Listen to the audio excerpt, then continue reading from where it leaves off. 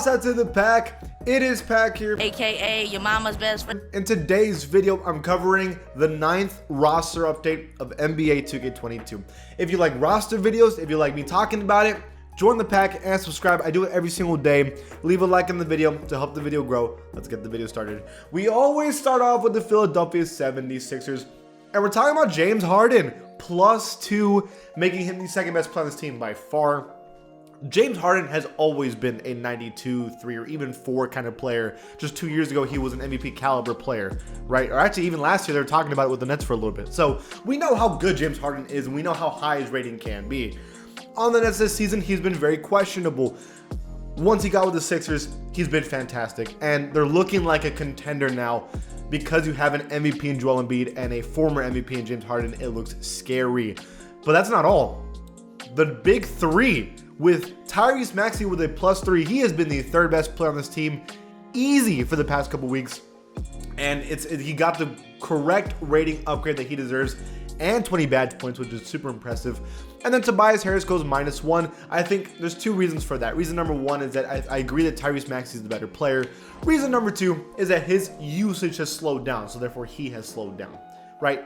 Overall, those are the massive changes for the Philadelphia 76ers, and some pretty big ones.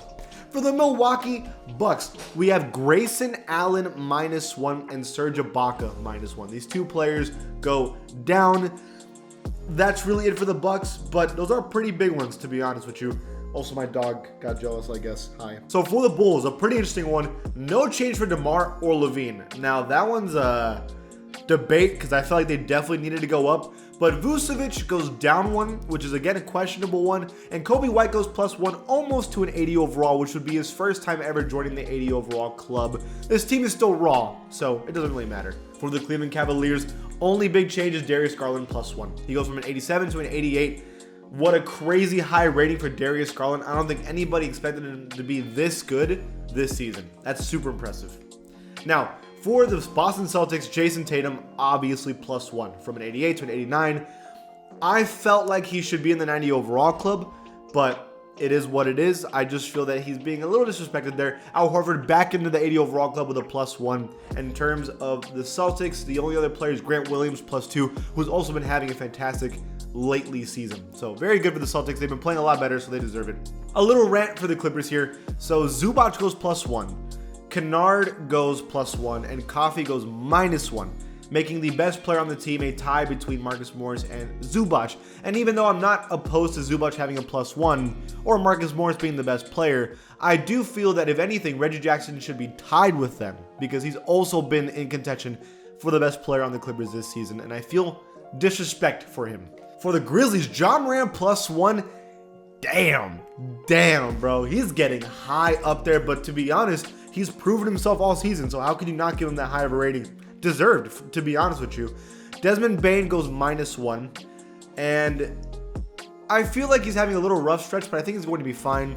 Steven Adams +1. It makes me feel weird that Desmond Bane and Steven Adams are tied for third best player when I feel like it's clearly Desmond Bane, but whatever. For the Hawks, the only big one is Bogdanovic +2, making him an 80 overall. Into the 80 overall club for the first time in the last 2 years, I think. So pretty big for them. Okay, so for the Miami Heat, Jimmy Butler -1, which I felt like is the right thing to do. I even feel like maybe down to a 92. It's not that he's a bad player, but I think offensively he's struggled lately. And it's interesting to see that he and John Morant are the same rating. Take that what you will. But we have Bam +1, which is absolutely deserved. He's been great defensively, and that's really it for this team. I feel like Tyler Hero could have gone up 1, but whatever. Hornets. So we have LaMelo Ball -1. We have Terry Rozier +1. And we have Montrezl Harrell -1. This was a team that looked like they were a clear playoff team, and now they've been slowing down. So they have the talent to do it. I hope that they start picking it up soon. For the Utah Jazz, a big one. Rudy Gobert goes -1, making them tied for the best player with Donovan Mitchell. It's been a while. I've always brought up the question, do you think Donovan's better than Rudy Gobert? It's a question mark, but it's tied now. So it's getting to that conversation. And then we have Mike Conley -1. And that's really it in terms of this team. So for the Kings, De'Aaron Fox +1. I feel like this is a very odd thing to do when De'Aaron Fox has been the best player ever since the trade for Sabonis. So I don't know why you wouldn't make him the highest rated player, but whatever. So for the New York Knicks, RJ Barrett +2. making him the best player on the Knicks. Whoa, it's the first time he's ever been the best player on the Knicks. This is the highest rating he's ever gotten. He's absolutely deserved because he's been playing fantastic. But being even higher than Julius Randle is crazy. It for real is. And then we have Emmanuel Quickly +2. He's always been kind of an up and down player, and right now he's on the up, basically. That's all that's happening for Emmanuel Quickly.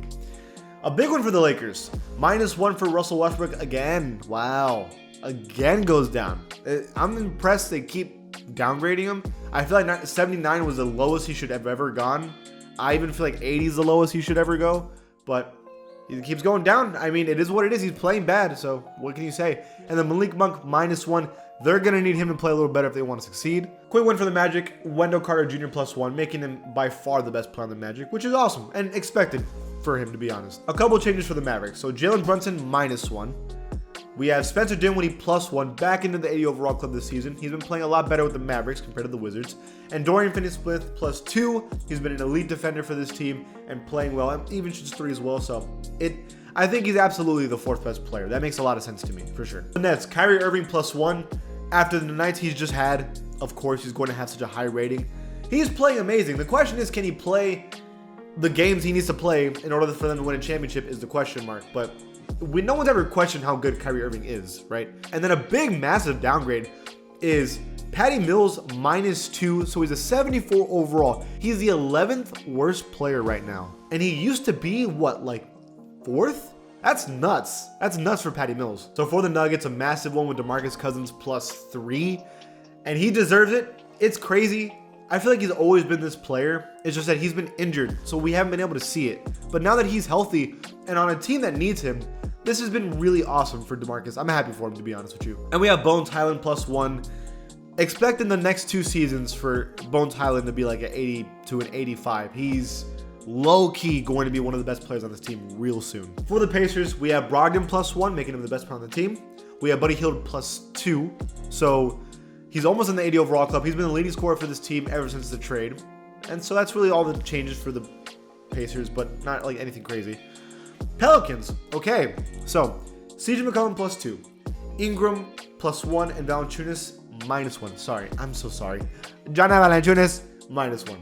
So CJ McCollum becomes the best player on this team, which is absolutely true. And just look at this roster now. When Zion Williamson comes back, look at the roster you have, bro. That's pretty cool. And CJ McCollum being the main point guard is kind of thriving. It's kind of cool to see. Last player is Najee Marshall, who gets a +3, one of the higher upgrades for this roster update. For the Pistons, a pretty short one. Cade Cunningham +1, making him tied as the best player on the Pistons, which is deserved, I think so. And then the other player is Corey Joseph, who goes -2.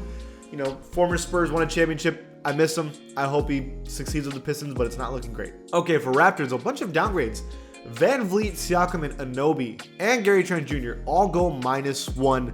I know the team has not been doing as good as I think they wanted to this season, but everyone going down is kind of interesting. But Scotty Barnes has been playing pretty well, so he stayed normal. Christian Wood +1. This is Christian Wood's first upgrade of the year, which is kind of nuts. And Jalen Green +4, one of the highest upgraded players this roster update, into the 80 overall club for the first time in his career. So congratulations to Jalen. For the Spurs, Jakob Poeltl +1, making him an 80 overall for the first time in his career. He's been probably, besides DeJounte, the most consistent player on the Spurs this season. He's shut me up for sure. Then we have Lonnie +2, absolutely deserved. He was slacking all season, and lately he's been playing out of his mind. So for the Suns, Ayton -1.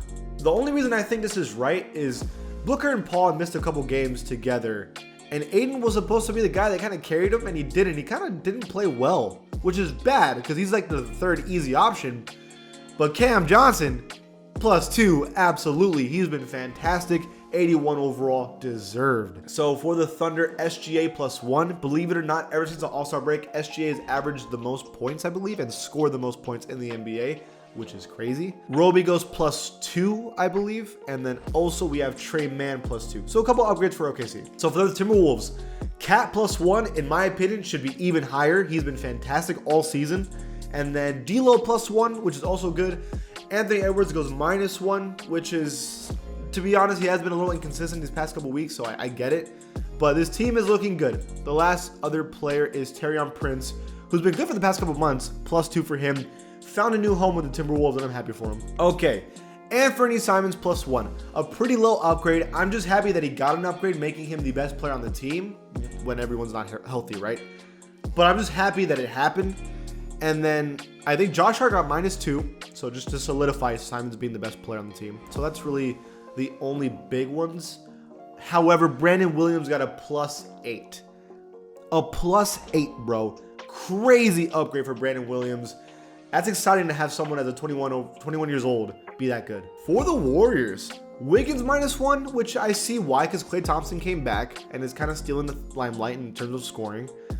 But Klay Thompson -3? Nah, I don't know about that. Has he been great? No, but he's coming back from injury and he's still having good games and he's still a good defender. I don't know about downgrading him that much. I just think they didn't want him to be above Wiggins, but I still don't know about that. That's a questionable one. But one we've been begging for, Jordan Poole +1. I still think he should arguably be in the 80 overall club, but whatever. And Kuminga +2, so now they're tied as the 5th best player on the team. And then for the Wizards, Kyle Kuzma +1. You know, they didn't have Porzingis for a while, and Kyle Kuzma was kind of the only consistent scorer for a while. You know, being an 83 overall, he always said that he felt like he could be the best player on the team, and I think he has shown that. Whether or not that team would be good is a different conversation, but I think he's shown that he could be a great player. Now, those are all the major changes in this roster update. What do you guys think about it? Leave it in the comments below. And if you like the channel, please give it a sub. And I'll see you guys next time.